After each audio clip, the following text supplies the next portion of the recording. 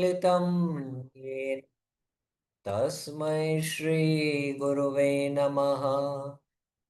श्रीचैतन्यमनोभीष्टं स्थापितं येन भूतले स्वयं रूप कदा मह्यं ददाति स्वपदान्तिकम्।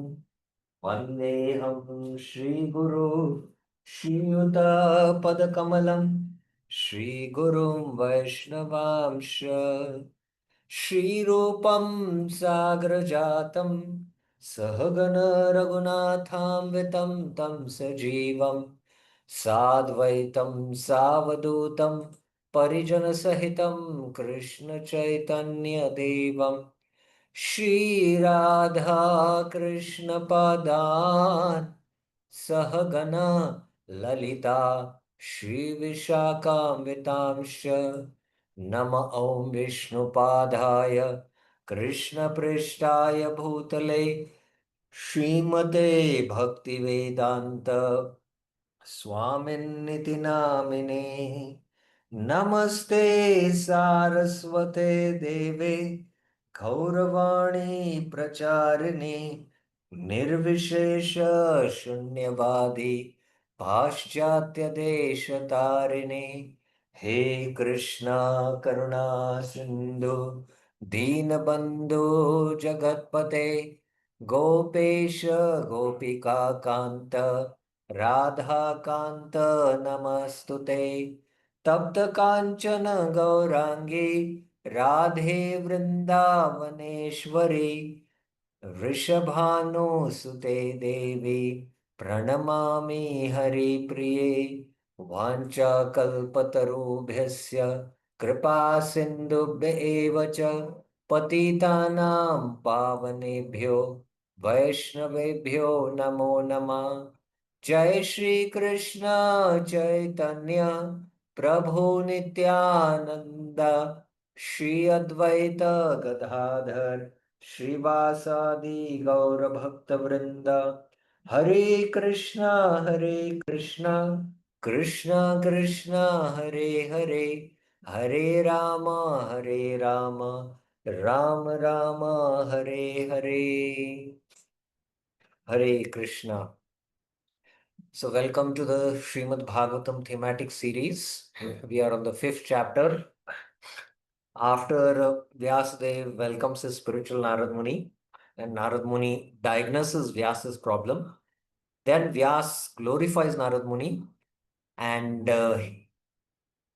he submits what you're saying is true and you have these qualities. So kindly tell me the root cause of my despondency. And then now Narad start revealing to Vyasa importance of describing Krishna's pastimes. Firstly, he points out how Vyasa had intuited that it is because you have not sufficiently glorified the spotless Lord. Amalam भवता अनुदीत prime यशो भगवता अमलम येनैवासो न तुष्यते मन्ये तद darshanukulam. That's why your darshan is insufficient, even Vedanta darshan.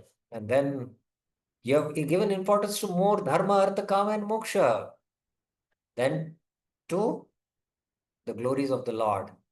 And these are the famous verses. He, in a negative way, what to speak, any words which don't glorify, they are like Vaisap Tirtha. On the other hand, words which, even if they are composed, not perfectly, but they contain the names, then Agaviplava and Shunvanti Gayanti Grananti Sadhava. So after mentioning this, then he says, what to speak, even jnana without bhakti is useless. Achyutabhav varjitam. Then what to speak of nishkama karma or sakama karma, which is not offered to the Lord. That means bhakti without jnana, karma, everything is completely useless. And then in the next verse, that's why he says, you are a Mahabhaga, greatly fortunate. You are having pure, clear vision. Your Suchi Shrava Satyavrato Dritavrata. That's why you narrate the glories Urukrama Sakila Bandha Mukte, which can, bring about liberation from all bondage to the people. You can sit in samadhi and specifically narrate those pastimes.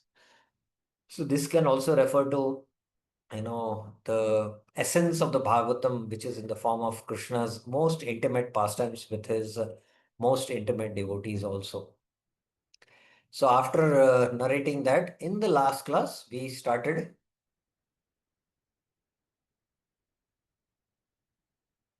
with this verse. Narad further reproached Vyas.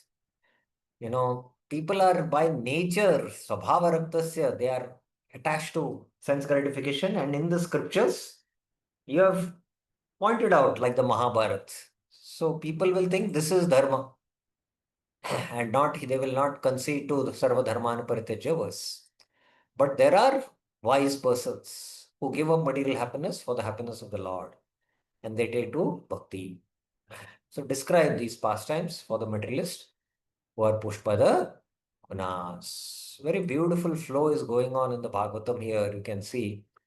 And then we are supposed to discuss from here. So let's begin our discussion from here today. Okay.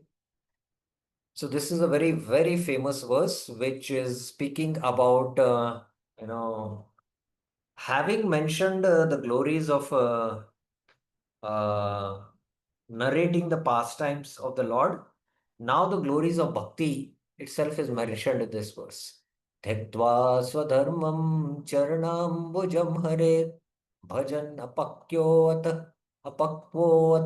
patet tato yadi yat kvava badra bodha mushkim ko varta apto bhajatam swadharmata. If a person having given up his duties in varnashram, tektva swadharma. So swadharma here refers to varnashram dharma. Begins to worship the Lord's feet, lotus feet, harer charanambujam bhajan, and happens to deviate or not reach perfection. So two things can happen. He can either deviate or he might not reach perfection in this life. Apakko ata pate tato yadi. There is no misfortune for him at all in the future. Amushya kim qua va abhadra abhut. But what does kova artha? The person who follows all duties of varnashram, swadharmata, but does not worship the Lord, bhajatam, gain apto. What does he gain?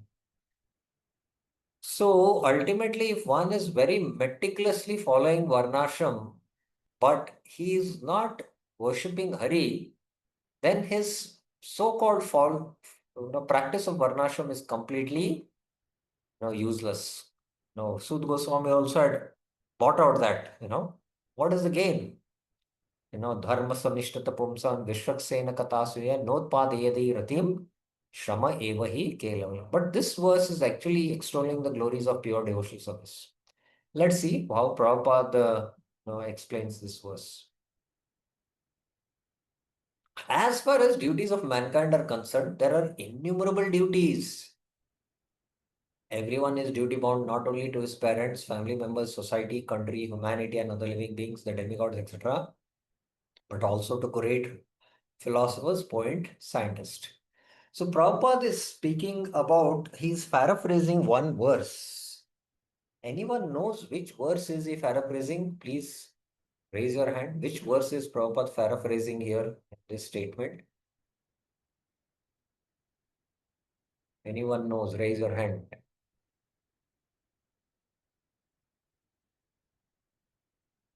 Which verse is Prabhupada paraphrasing here? It is Devarishi Bhutapta Nrinam Pitrinam. That verse, if you want, I can show. Prabhupada also quotes this in the Bhagavad Gita, first chapter. I think it is the verse 40 or 41. Uh, yeah, Devarishi Bhutapna Nrinam Pitrinam न किंकरो नायम ऋणीच राजन सर्वात्मनाय शरण्यम शरणम शरण्यम गतो Mukundan परिहृत्य करतम. So one who has taken the shelter of Mukunda Sharanam, the giver of liberation, gives up all kinds of publishing, and has taken to the path of all seekers. That means he is Sarvatmanaya, owes neither duties nor obligations to demigods, deva, sages, rishis, general living beings, bhuta, apta, family members, ranam, humankind, pitrinam, forefathers. So Prabhupada is saying that generally we are obligated to all these. It is enjoined in the scriptures that one can relish all such duties and surrender unto the service of the Lord. Sarvatmanaya Sharanyam Sharanam. If one does so and becomes successful in the discharge of his devotional service unto the Lord, it is well and good. So one gives up all other obligations, even varnashram duties also, and then he takes up to bhakti and attains perfection, then there is no problem. But it so happens sometimes that when one surrenders himself unto the service of the Lord by some temporary sentiment, and in the long run, due to so many other reasons, he falls down from the path of service by undesirable association. So here Prabhupada is mentioning that, when we take up to bhakti, we might surrender to the Lord, even by sentiment. But in the long run, Prabhupada is saying, in the long run, due to so many other reasons, he falls down from the path of service. And what is the reason Prabhupada is quoting? What is the reason one, falls down from the path? What is the reason Prabhupada is narrating here in this particular statement? It's very, clear, but still I would like to ask the devotees, what is the reason? One of the main reasons one,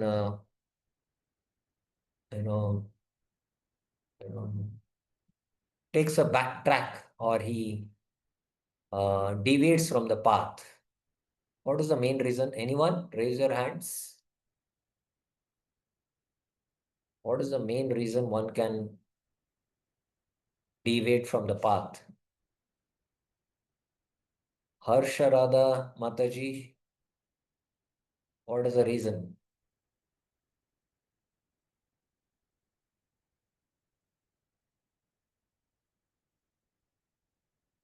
Navneet Mataji, just want to know also whether.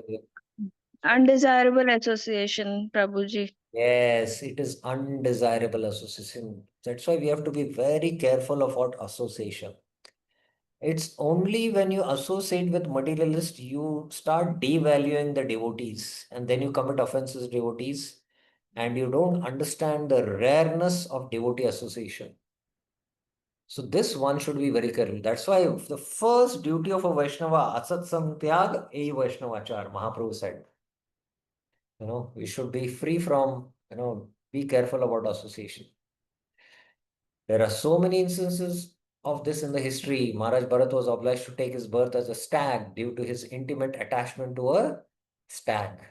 He thought of the stag when he died. As such, in the next birth, he became a stag, although he did not forget the incident of his previous birth. Similarly, Chitraketu also fell down due to his offense at the feet of Shiva.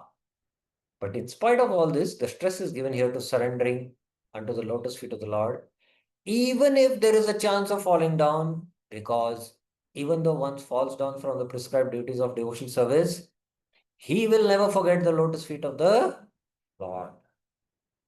So he will never forget. Prabhupada's statement, please mark this, such a hope-giving statement. Once engaged in devotional service of the Lord, one will continue to serve in all circumstances. So Maharaj Kulashekar very poetically in his works brings out, my Lord, I am like that bird which is, hovering near the ocean and there is no land. And somehow I have now taken a shelter of a boat. On the boat I'm now, I'm come there and now I've taken shelter of it. I'm hooked to it. So this is like that bird which is flying in the ocean and there is no land, and somehow he has taken shelter of a boat and there he is able to get some relief. So a devotee who is in this material world, this Bhavasagara, the boat is like, the temple, the spiritual master, the devotees association. So if the devotee leaves and that bird, again flies away, where else it has to take shelter? It has to come back to again the boat. So somehow, at all circumstances, we will continue our devotional service. In the Bhagavad Gita, it is said that even a small quantity of devotional service can save one from the most dangerous position. So which verse is Prabhupada quoting here? Anyone?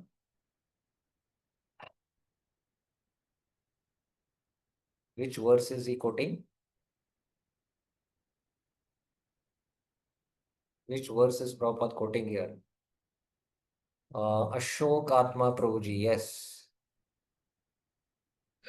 Swalpamapyasya dharmasya trayate Excellent. matapaya. Very good, very happy. Swalpam Apyasatar. There are many instances of such examples in the history. Ajamil is one of them. Ajamil in his early life was a devotee, but in his youth he fell down. Still, he was saved by the Lord at end. So Prabhupada's commentary is quite brief that, but Vishnu Thakur goes a little more detail.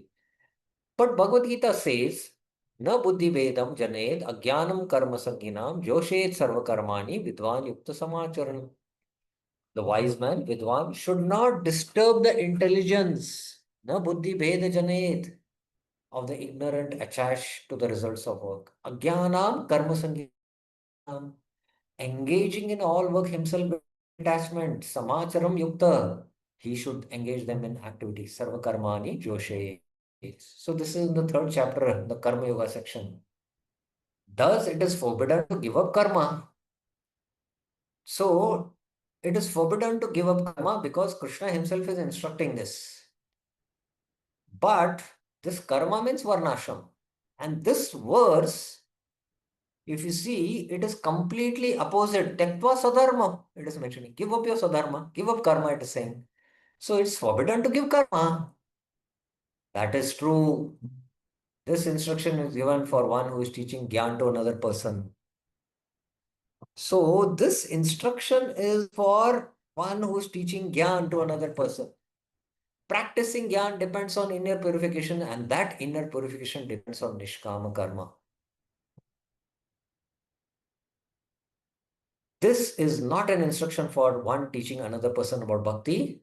For Bhakti is independently powerful, not depending on prior inner purification. So here, let me see. I'm so poor. Okay, I don't have a connector otherwise. So I would like to just, I can't draw also. Somehow I got the pen, but not the wire to connect it. Sorry for that. Okay, basically I'll just narrate. For Gyan, the qualification is Nishkam Karma Yoga. By Nishkam Karma Yoga, the result of Nishkam Karma Yoga is Gyan. And the person who is practicing Gyan Sadhana, he has to go through Nishkama Karma Yoga. He has to go through Nishkama Karma Yoga. So, Nishkama Karma Yoga is a prerequisite for practicing Bhakti. So, that means Gyan Yoga is dependent on Karma Yoga, Nishkama Karma Yoga. Because by Nishkama Karma Yoga, one purifies the heart. And the result of Nishkama Karma Yoga is Gyan. But for bhakti being independent, there is no prior purification required. The very process of bhakti will purify him. And bhakti is independent of karma and jnana. So that is the point Vishwanath Chakra Thakur is making. I hope you are clear with it. Lord Ajita says, Swayam nishayasyam vidvan na vyakti agyaya karmahi na rati rogino patyam Panchitopi Pishaktama. One who knows the highest good, Swayam Nishyasyam Vidwan, will never instruct a foolish person, na Vyakti Agyaya, to engage in material enjoyment, Karmahi. Just as an experienced physician, Vishaktama, does not give his patient rogino rati food injurious to his health, apatyam, even if the patient desires it. So the verse has been quoted, and I would like to devotees to deliberate why is this verse quoted, and how will you compare this verse with the instruction which is given here by Vishwanath Chandra Thakur about Nishkam Karma Yoga and Bhakti. What is the comparison being done? Who will do that? Let us see. Who will do that? And who is here on the iPhone? They should type their name. No, I sent a message also, Please type your name. So who will answer this? What is the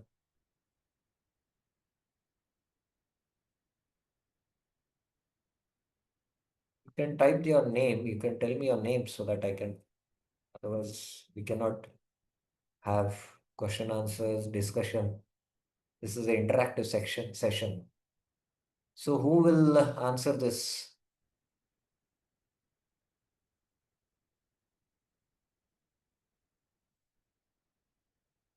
Who will answer this? Who will answer this?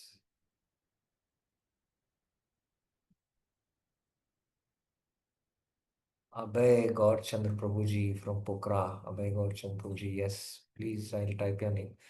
I hope the question is clear.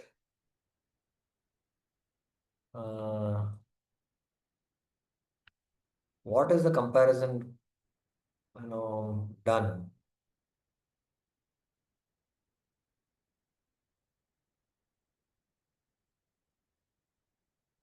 What is the comparison done? So here, anyone would like to try, please come forward. Who will try? Peer Krishnaji.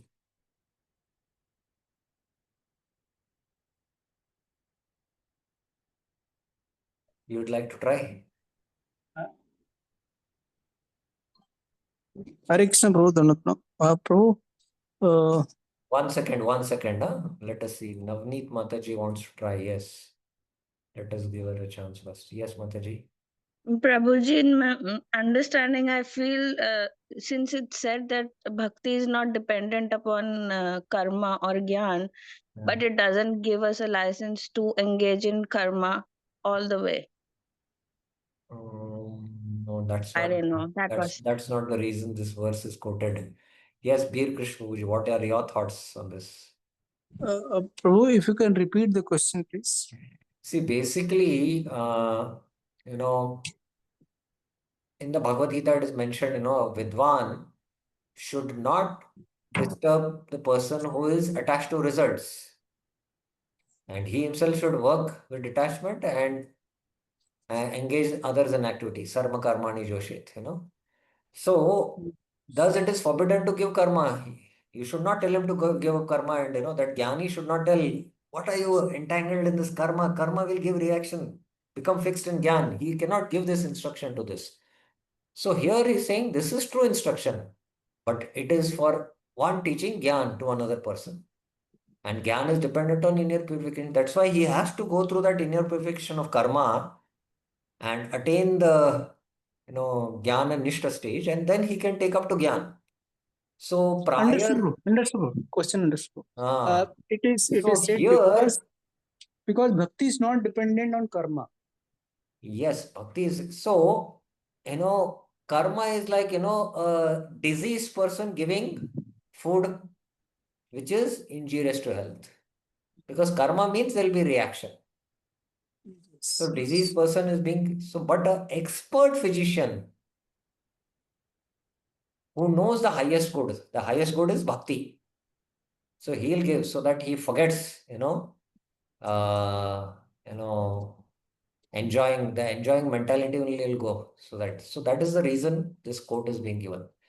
Therefore, the Lord says, Sarva Dharman Parityajya Mamekam Sharanam Praja. Prabhupada also said. And as well, Dharman Santajya Sarvan Mam Bhajet Sah Tu Sattama. Having taken comfort shelter of at my lotus feet, however, a saintly person ultimately renounces such religious activity, religious duties, dharman santajeya sarvan, and worships me alone, mam bhajet. He is thus considered to be the best among all living entities. Sato Sattama. From the strength of these statements, one should teach only bhakti to the Lord while giving up attachment to daily and periodic duties in Varnashram, the Nitya and the Naimitic karmas. With this intention, the verse is spoken. Even in the beginning stage of bhakti, practice of karma is forbidden. Having given up one's dharma, tyaktva sadharmam, even at the beginning stages of bhakti, a person who worships the lotus feet of the Lord will incur no sin by giving up that dharma. This is understood also from the following. And Prabhupada quoted this, Vishwanath Thakur quotes this. Dev Rishi Putapna Rinam Pitrinam Na Kinkaro Nayam Rini Charajan Sarvatmana Ya Sharanam Sharanyam Gato Mukundam Parirritya Kritam. And if a person dies without being qualified to attain the Lord, or if while alive falls down because of sinful acts, being attached to material pleasures, even then there is no misfortune incurred by having given up karmas, because the impressions created by bhakti are indestructible and they remain in a subtle form. And these impressions of bhakti are carried to the next life and he will continue from where he had left. In such a state, one should never revert to performance of karma. Is there any misfortune somewhere, yatra kwa, in this life? That's a question. Yatra kwa? No, there is no misfortune at all. There is no misfortune at all. Va indicates a remote possibility of falling. So that va, which is there in the verse, it indicates a remote possibility of falling. So let's go to this verse. Yatra kwa va abhadra. Va abhadra. Va and abhadra is there, become va abhadra here. So there is a remote possibility. That's what Vishwanath Chakra Thakur says.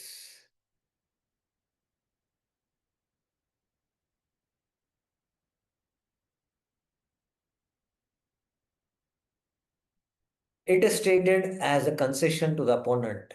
Tushyate Durjana Nyaya.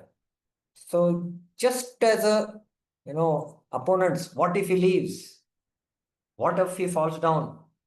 So just to address that, it is mentioned. That means anyone who takes to bhakti, he will be successful. There is no doubt. And even if he is not successful, there is no loss. He will continue from where he had left in the next life. His falling after leaving the present body is actually not a fall. One does not take a low body because of committing karmas. But we see that, Maharaj Bharat took a low body. Was it because of karma then? Although Bharat Maharaj took up a low body, that is based on the principle yam yam vapi smaran bhavam. Whatever you think at the time of death, tajantante kalevaram.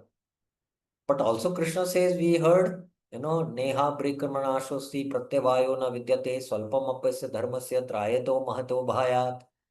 That if one practices swalpa apasya dharmasya, then he will not glide to the lower species. So although Maharaj Bharat fell down in a deer's body, but still he was not in deer's consciousness. In fact, his consciousness was so elevated that he felt the separation from the Lord 1,000 times more than the body of Maharaj Bharat. So that is why he used to stay in and around the hermitage of the sages. He used to hear their Harikatha and he used to only eat dry leaves. That's the kind of tapasya he used to do. So he was, although in the deer's body, but he was a great sage. He was not having the karmic reactions of a deer which acts according to its instincts. So that's the point. This is shown by the following statement of the Lord. Nahi ango क्रमे ध्वंसो मद्धर्मस्य उद्धवानपि मया व्यवस्थित सम्यन निर्गुणत्वा अनाशिष. Oh, because I have personally established it, maya samyak vyavasthita. This process of nishkama bhakti, mad dharmasya anashisha, is beyond the gunas, nirgunatvat, even by starting and not completing the process. Pakrame, there's no destruction of results. Anu api dhamsa. So there's no destruction of results. This is because certainly the sprout of bhakti being productive will eventually bear leaves, fruits, flowers. Instead of the present or future work, the past tense has been used. Abhut. This implies a criticism of all those who object by showing that the fact is already proven. And what is gained by performing all of one's karma? So dharmata, by persons who do not worship the Lord, abhajatam. So that's how Vishwanath Chakravarti mentions. Text 18. If you have any questions, you are free to raise your hands. तस्यैव हेतो प्रतेत कोविदो न लभ्यते यद्भ्रमतामुपर्यद तल्लभ्यते दुःखवद् अन्यतः सुखं कालेन सर्वत्र गाभीररम्पसा. The wise man, Kovida, strives prayate prayateta for that happiness, the seva hetu, which is not attained. Na yad na labate. Why Jiva is wandering from Brahmaloka to the lowest species. Brahmatam uparyada. Material happiness, taha sukham, is attained in all cases. Sarvatra labdate. Without endeavor by the law of karma. Anyata. Just like distress, dukkavad, through the force of fast moving time. Gambhira rambasa kalina. So, one should not strive in this world to attain happiness, because you will attain happiness as per your karma, not little more, not little less. Similarly, as one doesn't strive to attain distress in this world, we don't strive to attain distress, but distress comes. And it will come as per our karma, it will stay for some time and it will go away. But one should strive to attain that eternal happiness. Which cannot be attained by the jivas from wandering from Brahmalok to Patalok. So that is the wise man, that is Kovida, Prabhupada. Every man, everywhere is trying to obtain the greatest amount of sense enjoyment by various endeavors.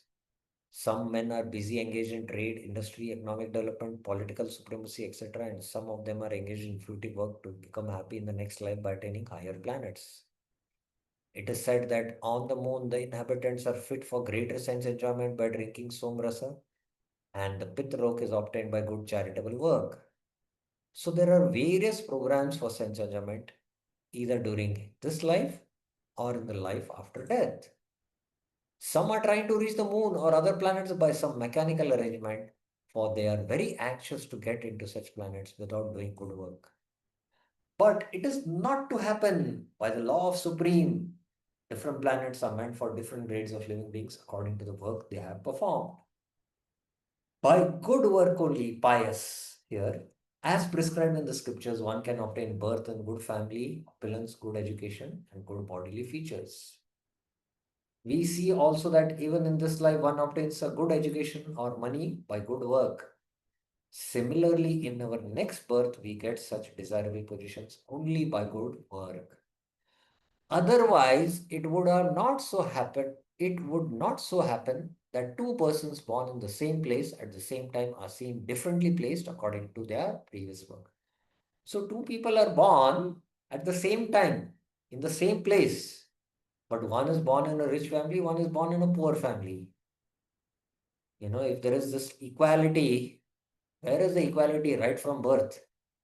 This child is born with a golden spoon, and this child is a beggar. He's born in a beggar's family.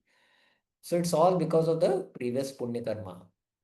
But all such material positions are impermanent. The positions in the topmost Brahmalok to the lowest Patal are also changeable according to our own work. The philosophically inclined person must not be tempted by such changeable positions. Kovida. He should try to get into the permanent life of bliss and knowledge, where he will not be forced to come back again again to the miserable material world, either in this or that planet. Abrahma Muna Loka Punaravritana Arjuna.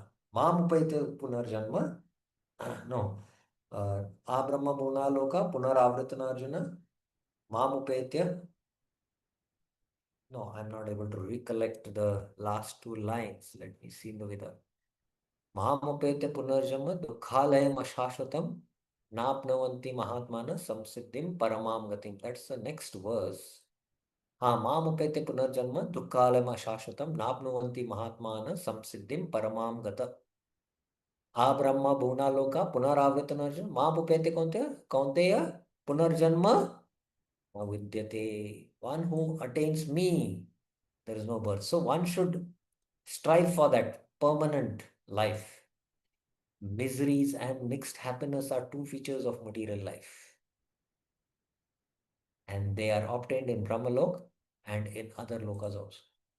They are obtained in the life of demigods and also in the life of dogs and owls. The miseries and mixed happiness of all living beings are only of different degree and quality, but no one is free from the miseries of birth, death, old age, disease. So some have, the more simple you are and living a simple living, the less miseries you experience. The more polished, the more refined, the more, up the ladder you are, running a huge multinational organization, running so many miseries, so many anxieties, but no one is free from birth. Similarly, everyone has his destined happiness also. No one can get more or less of these things simply by personal endeavors. Even if they obtain, they can be lost again. So sometimes we feel, no, I with my personal endeavors can, earn more money. And they strive very hard. They work and they completely stress out their body. And after a few years, they get two benefits out of it. One is they get hospitalized.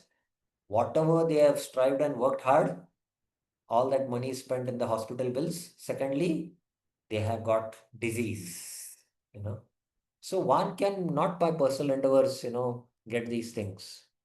One should not therefore waste time with these flimsy things. One should only endeavor to go back to Godhead.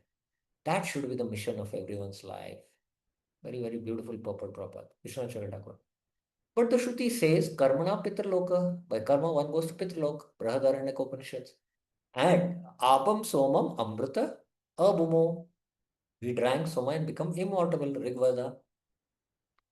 These encourage people to seek happiness of Swarga in the next life.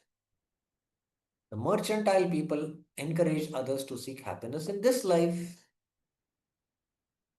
These are the Brahmanas and the Vaishyas, they seek happiness in this life. How can one promote bhakti for people by rejecting one's dharma and consequently the happiness of this and next life? So this is the question maybe Vyas is posing. True, but the wise are not deluded by this at all. Yam imam pushpatam vacha pravadyanti avipashyita. The avipashyita are carried away by that. And that's why Krishna in the Gita says, Yada te moha kalilam buddhir veti atitarishyati. Yada moha kalilam buddhi veti atitarishyasi. Yagantasti nirvedam shrotavya shrutasya cha. The 2.50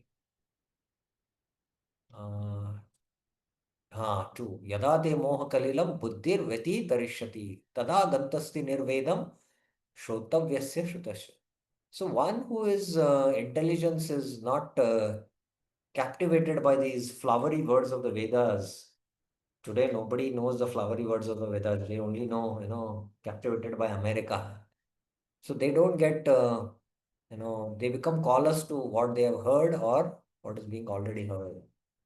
Because sense gratification is attained through hearing first. That is expressed in this verse. A person with discrimination Kovida should endeavor for that cause which has not been attained by the jivas wandering up to Brahmalok or down to non-moving bodies. But their material happiness is attained without endeavor, anyatha, due to ancient karmas. Even being born as pigs or being born in hell, just as distress is also attained without endeavor. It is said, Aprataitani dukhani यथा इव यान्ति देहिनां सुखानि अपि तथा मन्ये दैनम अत्रा अत्राति चिरयते. Just as one does not pray for misery, yata apratitani dukhani, and nevertheless comes to all creatures, ayahanti dehinam. In the same way, tata manne, happiness predominates over suffering. Sukhani ap dainyam atra ati richyate. So nobody goes to the temple. I had this argument many years back. Somehow now I'm finding a Shastric quote for it.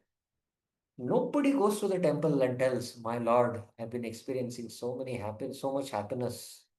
Please give me a lot of distress." Nobody goes and prays. Nobody prays for distress, but distress comes repeatedly it comes on its own. Same way happiness also comes. So that's the point Vishwanath Chakra Thakur is making. Okay, so any questions you have up till now? Somebody has raised their hand. No. Any questions, any clarifications up till now?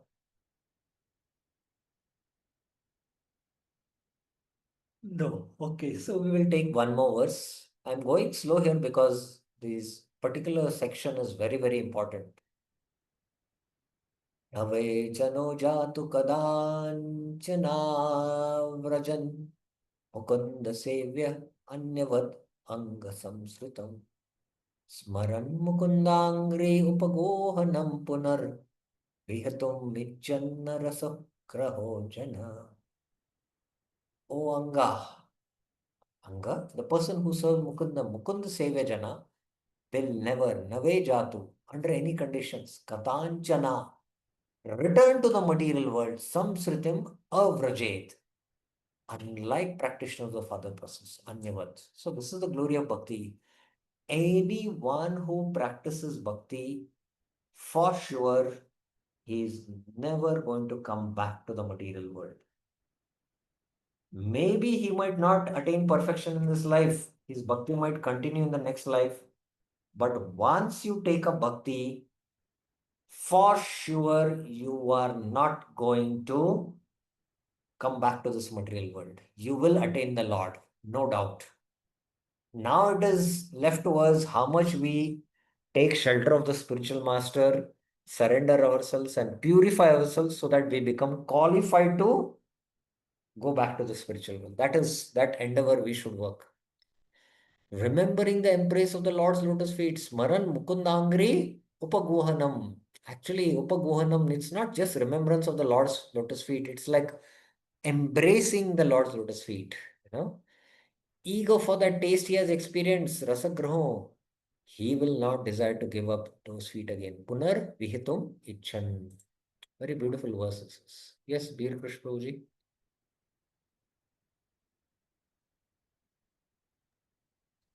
Hare Krishna, Pradhan. Yeah. Prabhu, is this verse not instigating for a practicing devotee for a kind of liberation or something like that? No, why do you feel like that? Liberation. There is no question of liberation in bhakti. Bhakti means service to the Lord. In this life, in this world also, we are serving the Lord. And when we realize our constitutional position in our perfected body also, Jivera Saropai, Krishna Nityadas. Yeah, but this verse state na ki whoever is practicing bhakti, he will not come back to the material world. That means he will get liberation. He'll not get liberation. He'll get a special type of liberation, which is, attaining the abode of the Lord. Yes. Vishesha Even Mukti. It's not the Mukti which is But again, the real what you definition do- of mukti is muktir hitva anyata rupam swarupena vyavastita. So that is the definition of bhakti. Mukti, sorry. So in one sense, it is not the mukti which the jnanis and the yogis aspire for, because there is no bhakti there. It is concentrated sense gratification, highest level of sense gratification. Dharma, artha, kama, moksha. So that is what not that is what not is being that is not the point being made here.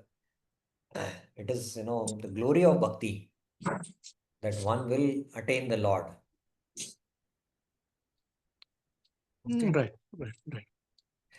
A devotee of the Lord automatically becomes uninterested in the enchantment of the material existence because he is rasagra, or one who has tasted the sweetness of Lord Krishna's feet, lotus feet, one who has tasted the sweetness of lotus feet of Lord Krishna. One who has tasted the beauty of the Lord, all the material beauty becomes pale.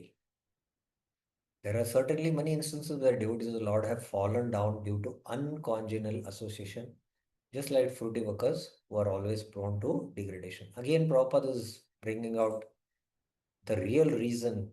Prabhupada is saying due to uncongenial association. So we should mark this. But even though he falls down, a devotee is never to be considered the same as a fallen karmi. So the karmis also fall down and they are more prone. In bhakti, we are not more prone. It's a rare, wow, that's why I word this. Now, there is a difference between the karmi suffering and the devotee suffering. Prabhupada brings out that. A karmi suffers as a result of his own fruitive reactions, whereas a devotee is reformed by chastisement directed by the Lord himself. This is the difference. The sufferings of an orphan and the sufferings of a beloved child of a king are not one and the same. So the orphan is having a disease and is suffering. And the king's son also has a disease and he's also suffering. So what is the difference between the two then? Who will point out what is the difference between the two? Both the sufferings are same, it looks like, correct? What is the difference then? Who will answer this? Ashok Atma Prabhuji, yes. What is the difference? The sufferings of a beloved child of a king gets the more, treatment, more prominent treatment. Yes, he is given all the facilities. His father can afford for the best of the doctors, the best of the hospitals, the best of the care and all. Whereas this orphan, he has no facility. So that is the difference between the karmi who falls down and suffers the karmic reactions, and a devotee who falls down. He is directly rectified by the Lord and he gets purified more. Our orphan is really pure because he has no one to take care of him, but the beloved son of a rich man, although he appears to be on the same level as orphan, is always under the vigilance of his capable father. A devotee of the Lord, due to his wrong association, sometimes imitates the fruitive workers. Prabhupada again, this is the third time Prabhupada is bringing up. So please mark this. This asatsanga looks to be the root cause why we also commit offenses to Vaishnavas. The fruitive workers wanted to lord it over material nature. Similarly, a neophyte devotee foolishly thinks of accumulating some material power in exchange for devotional service. So this is our condition. Such foolish devotees are sometimes put in difficulty by the Lord himself. Yes.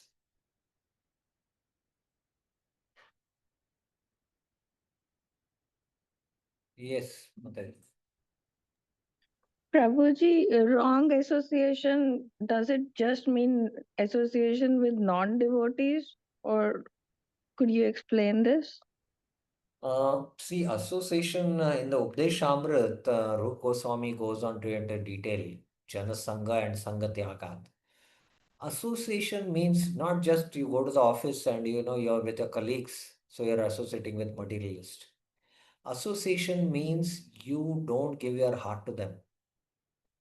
You know, what is very dear to your heart means you don't, confide to them, share your heart's desire. And they, if you, they confide to you what is in their heart's desire, sense gratification.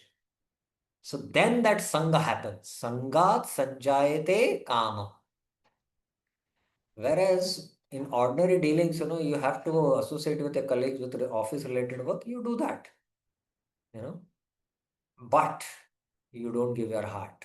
And then the example, I gave that standard example of the crocodile and the monkey. Both the crocodile and the monkey were very good friends. And the crocodile, the male crocodile is to come from the other side of the river and they both is to, have nice talk. And one day the wife, the she crocodile told, I want to taste the heart of this monkey. Please get him. So this crocodile was not so happy because he was a very close friend. But ultimately, he had to fulfill his wife's desire. So this time when he went, after having some chat and discussion, he said, why don't you come? My wife wants to see you. And the monkey jumped and they were crossing the river. At that time he revealed in his heart, actually my wife wants to eat you. She wants to taste your heart. Then the monkey suddenly remembered. He told, oh, you should have told me. I would have got my heart. I have left my heart on the tree branch. Please take me back. Take me back. Let me get it back. Somehow the crocodile was bewildered and it took back. It went back in the river. The monkey jumped on the branch and he said, now. So basically, in that association, uh, we should, associate for only work and never reveal our confidential desires of the heart. That we should only do, we should not do these 6 loving exchanges in the association of other people. Dadati pratigranati guhyam akyati prichati and bhukte bhojate chaiva. So when we do this intimate 6 loving exchanges, then we'll get affected. Sangat sanjayate kamat. So this is how we should, work. I hope it is clear for you, Mataji. Yep. Thank you, Prabhuji. Yeah. Yes, Ashok Atma Prabhuji. Hare Krishna Prabhu, in addition to your this thing explanation, see the devotee should always give their association to others, but we should not get their association to us. In the sense, we should not get influenced by their association. Yeah. Rather, they should get influenced by our association. Yeah, but in that also, you should be very careful. When you start giving association, it's like a, it's you have seen the traditional kabaddi, play. Yes, Prabhu. How much you can give association, because when you start giving association to materialists, they are empowered by material energy. They suck So us. they will also pull you in that direction. I And know. if you cross the line, they will drag you. So Right. how much to give association, we should understand how much to stay back in our, our fence, the fencing of, devotee association, Bhagavatam, Krishna Katha, all that, So the more we are purified, the more we are spiritually empowered, then we can give that kind of association to others. But for that, we have to be surcharged with, it's like battery charging, Correct. we have to be spiritually charged. Okay. Yeah. So the Thank you. foolish devotees are sometimes put into difficulty by the Lord Himself. As a special favor, He may remove all material paraphernalia. By such action, the bewildered devotee is forsaken by all friends and relatives, and so he comes to his senses again by the mercy of the Lord and is set right to execute his devotional service. In the Bhagavad Gita, it is also said that such fallen devotees are given a chance to take birth in the family of highly qualified brahmanas or in rich mercantile family. Suchinam Srimatam Gehe Yoga Brashta Vijayate. A devotee in such a position is not as fortunate as one who is chastised by the Lord and put into a position seemingly of helplessness. The devotee who becomes helpless by the will of the Lord is more fortunate than those who are born in good families, because he will quickly surrender and he will attain the Lord. The fallen devotee is born in good family may forget the lotus feet of the Lord because they are less fortunate. But the devotee who is put into a forlorn condition is more fortunate because he swiftly returns to the lotus feet of the Lord, thinking himself helpless all around. Forlorn condition. Very, very, very profound statement of Prabhupada. Pure devotional service is so spiritually relishable that a devotee becomes automatically uninterested in material enjoyment. This is the sign of perfection in progressive devotional service. Pure devotee continuously remembers the lotus feet of Sri Krishna and does not forget him even for a moment, not even in the exchange of all the opulence of the three worlds. Vishwanath Thakur. This verse elaborates the point that there is no misfortune for the devotee. This elaborates what was said previously. Even if overcome because of poor determination, the person who serves Mukunda never, na jatu, returns to samsara, the place of enjoying the results of karma. Whereas those practicing karma return. We know, Shine Punye, Marte Lokam Vishanti. This is because he does not experience happiness distress from karmas, since he experiences only the fruits of happiness and distress directly given by the Lord. So, devotee, whatever happiness he experiences in the Kirtan and the Krishna Katha, that is Lord's mercy. And whatever distress he experiences in his practices, that is also Krishna's mercy. Tvad avagami na vetti bhavat ut shubha shubhair. When a person realizes you, Tvad avagami, he no longer cares about his good and bad fortune arising from past pious and sinful activities. Na vetti. Since it is you alone who control his good and bad fortune. Bhavat utta shubha shubhair. This is from the 10th canto, 87th chapter.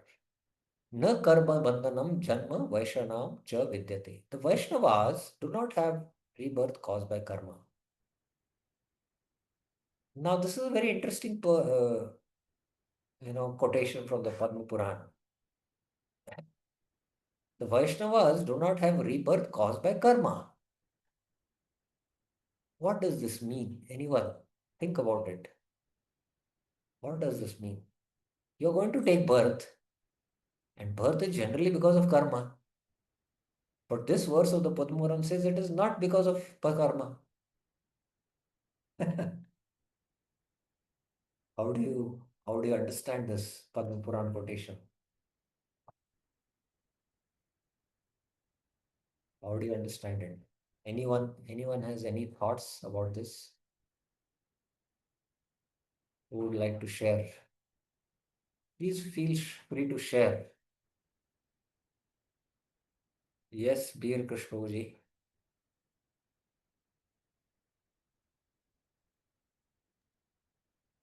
Hare Krishna, Prabhu. Prabhu, it could be that the devotee has not perfected his pure devotion, so he might be given a chance to come back again. Yes. Exactly, that is the case of Maharaj Bharat. He got a deer's body, and in that deer's body, he chanted the name of Narayan. So he should have gone back to the spiritual world. But he had to evolve in his deeper relationship with the Lord. So he had to take another birth. In that birth, he could exchange rasa with the Lord in a particular bhava, whether it is dasya or sakya, whatever it is. No. So for that development, he was given another birth. So he was, it was not caused by karma. That's the point. Remembering from the previous practice alone, the mental embrace of the Lord's lotus feet, he has no desire to give up that. Let me finish this. This was the this verse does not say remembering his lotus feet, but rather remembering the embrace of his lotus feet. Guya upaham. That was the word. The word again is used. The implication of these two words is that even though he may give up by his own choice the worship once, twice, or three times because of poor determination, after some time, by remembering his previous state of bliss, from remembering the Lord and also remembering his present state of distress, from not remembering the Lord, he repents. So once I was hearing a true story of a pujari, very nice devotee abroad somewhere in Malaysia or Indonesia. Many years he was serving the Lord. He felt, Now I want to enjoy, so much service I've done. So he gave up his saffron and he left the temple and he said, now I'll go in the beach and enjoy, take nice bath, eat nice food. So he went to take bath in the ocean. And while he was bathing in the ocean, a shark was very near to him. And he was really taking complete shelter of the Lord and praying to the Lord. And this shark circumambulated him 3 times and then left. He straight came out of the ocean, put on his clothes, straight went to the temple and back in his saffron, back in his deity service. So one might give up once, twice, three times because of pure determination. Yeah? But remembering that previous bliss he has attained in the association of devotees, remembering the present state of distress he goes through, he repents and then he'll come back. That's the point. Let me finish this. Oh, what have I foolishly done? Let that be. I will not again abandon the worship of the Lord. He again begins worshipping the Lord. This verse also uses the phrase does not desire to give up instead of does not give up. Does not desire is there. This implies that he desires that he be devoid of pride in his practice. So this is his desire to become free from pride. The accomplishment is in the hands of the Lord's. Ultimately, Lord's mercy has to come. We have to endeavor. Lord's Kripa Shakti has to fall. The cause of not desiring to give up is then mentioned. Rasagraha means one who is eager for tasting, or one who has the taste, which is something like a ghost, which cannot be given up, haunted by rasa. So you cannot give up Krishna consciousness because you're haunted. You're haunted by rasa. Because you're haunted by rasa, you just cannot give it up. That's the point being made. Okay, so we will stop here. Yes, Navneet Mataji. Prabhuji, could you please explain the difference between remembering the lotus feet and remembering the embrace of the lotus feet? The difference.